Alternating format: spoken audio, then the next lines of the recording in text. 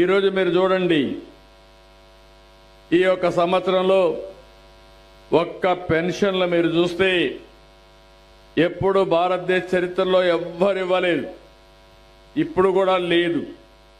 మన రాష్ట్రంలో మీరు చూస్తే 4,000 ఓల్డేజ్ పెన్షన్, 6,000 దివ్యాంగుల పింఛన్, 10,000 రూపాయలు లెప్రసీ వచ్చినా లేకపోతే డయాలసిస్ చేసుకుంటున్నా ఇబ్బందులను 10,000 ఇచ్చాం.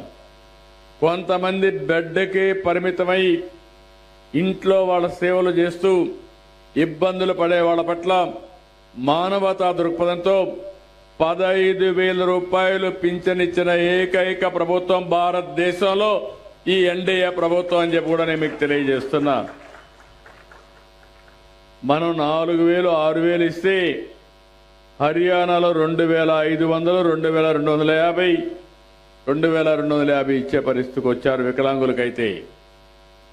తెలంగాణ కూడా రాష్ట్రం రిచ్ రాష్ట్రమైనా వాళ్ళు ఇచ్చే పరిస్థితి. పెద్ద పెద్ద రాష్ట్రాలు ఆదాయం ఎక్కువ ఉన్నాయి, మనతో దరిదాపుల్లో కూడా లేని పరిస్థితి ఉంది.